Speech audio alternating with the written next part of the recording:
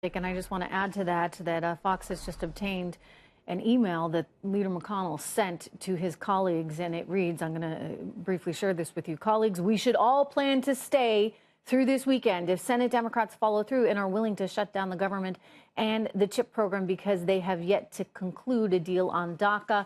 So again, laying blame with the Dems here. This is an irresponsible position to take, as everything from pay for our military to processing Social Security checks will be affected. I hope not a single Republican is inclined to join them. So it's looking like that might actually be quite a reality by midnight. And again, the leader urging everybody to plan to be there throughout the weekend. I want you to take a look at this right here. This is a quote from today's Wall Street Journal editorial board. And they say, quote, it's important to understand the rule of shutdown politics. Democrats want a shutdown, but Republicans will get blamed for it. Are they right? Will the Republicans get blamed even though the Democrats are the ones that are refusing to work with the president? Maybe that's why they're refusing to work with the president, right? Maybe a shutdown politically is actually good for the Democrats because they think American voters will blame Republicans. Kayleigh just told us, no, Americans will see through that. They'll know that it was actually the Republicans that were trying to prevent this. But we'll see. Ford O'Connell, Republican strategist, is here with his thoughts, as well as former deputy press secretary for the DNC, Jose Aristimuno. Jose, I'll start with you. Is there a chance that there are Democrats that are saying to themselves, hey, why not? Why not shut the government down right now? We look like we were doing the right thing by the immigrant population in America because we said not $1 is going for that wall. And then, hey, let Republicans take the blame for the shutdown. Is this perhaps in the back of their minds exactly what they want? Look, maybe some of them, yes, but the reality is, Trish, that a majority of Congress some of them, yes. I have to stop that. I'll let you go on, but some of them, yes, Jose. Think of what that's saying. Think of what they're doing. So they don't, for political reasons, some of them are saying, sure, why not shut down the government? I don't care if the military is going to get paid. I don't care if there's a problem processing some Social Security checks. No. Look, the reality here is that a majority of Congress, the White House, the Senate, the House is controlled by Republicans. So this is on Republicans. They refuse to negotiate with Democrats. Perhaps if the president stayed out of the negotiations, I'm sure we could include DACA as part of the CR. But we can't do it because we have a president who doesn't understand the issues, who continues to tweet, undermines the negotiations. A majority of Americans want DACA to be included in this. So why not include it and actually fund the government? Not fund the government for a month, and then in a month we're going to be in the same place. Yeah, but that said, Ford, I mean, if you're gonna come up with a solution to DACA, you simultaneously, I mean, this is the line in the sand, right? You have to be willing to work on border security. We've been trying to do that too. Wait, hold on, Jose, hold on. Here's the deal. Here's the first lie you just said on national television, and that is that the Republicans do not control both chambers of Congress. Republicans do. Hold on. No, they do not, Jose. Stop. They control the House of Representatives, and they have a majority in the United States Senate, and you need 60 votes to pass a budget. So, yes, Trish, Democrats do want to shut down because everything is a political calculation. Hold on. They want to stoke the political embers of dysfunction because they think it is a great weapon for them in the 2018 midterms. That's a lie. Hold on, Jose. You told me, yes, some members do want this. They may actually want this. So we got it on tape. We can roll it for you again. But, you know, I know what you got to say. But I just want the truth. I mean, and what Ford's saying, I think, unfortunately, and what you originally admitted, it's a lie. Unfortunately, and this is what I despise about Washington, there is so much politics at play. This is why we like the markets, right? Because you can get away from that and you can just focus on policy and what matters and what's actually going to change. A majority of Americans want DACA.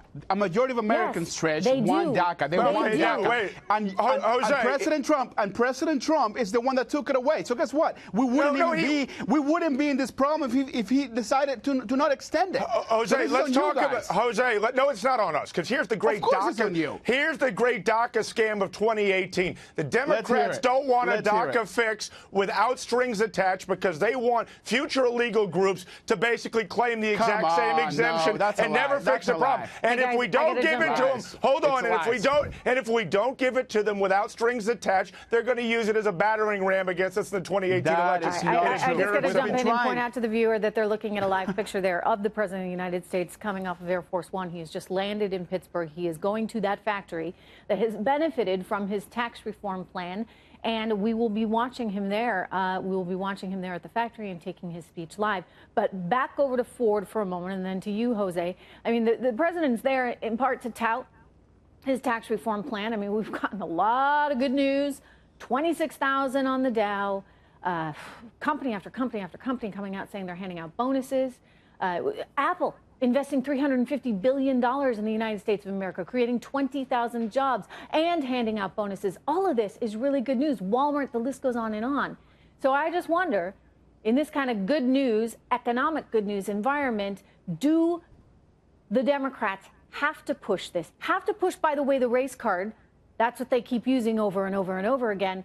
Because how else are you going to fight back in light of the very good economy we're living in? Give me a break. No, you're absolutely right, Trish. Look, a lot of politics is about messaging, and they obviously want to change the subject because we have the best economy in decades. Consumer confidence is through the roof. 2 million people are going back to work, and essentially the Democrats want to change the subject. The one thing I will say about President Trump is you can like him or you can hate him, but you can't argue with the success and the results because they're very real, and unfortunately the Democrats don't like that. Well, you know, Jose, what do you say to that? Well, I'll say that the president has the lowest approval rating in the last decade, 30% or so. So don't tell me that the American people are happy. They're not happy. We have a president who we don't even know what happened with Russia. We're still looking into that. We have a president that passed one major legislation in 2017. That's not a successful presidency. I'm sorry to tell you. And a majority of Americans agree with me. The majority of Americans that are getting a pay raise for the first time in maybe a decade. That's some pretty good news for them, Jose. Majority of Americans don't like the president. They don't want him as the president, which is why we're going to take back the House. We're going to take. And how are you going to do that? You're going to do it by painting him as a racist. That's exactly right. We're going to do that by standing by principle. We're going to do it by saving the lives of 800,000 people who are American in everything but a piece of paper. That's how we're going to do it. And we'll show you in 2018. Other than those 800,000, I mean, I would just point out, and Ford, I'll let you get another word in here. Americans, they feel like they have been betrayed. They have been betrayed by your party, Jose. Wages went nowhere for about a decade, actually 3 decades. I won't entirely put the blame on President New Jersey, Obama. So I don't know what you're talking. We've been winning elections left and right. We just want Jose, you lost across the board. The economy is improving, and you can't take it. So basically, you're going to say the president's a Russian colluder. You're going to say he's a racist. You're going to try everything. You're going to throw everything at the wall until something actually fits and sticks. And that's really the Democrats' game plan in 2018, Trish. Sure. Yeah, and that's disappointing. You tell that to the viewers. We'll judge this in November, and the American people will judge you guys in November. Ford and Jose, thank you very much. One final note, everyone. Guess what? Thank you. Americans vote their pocketbooks over and over and over again.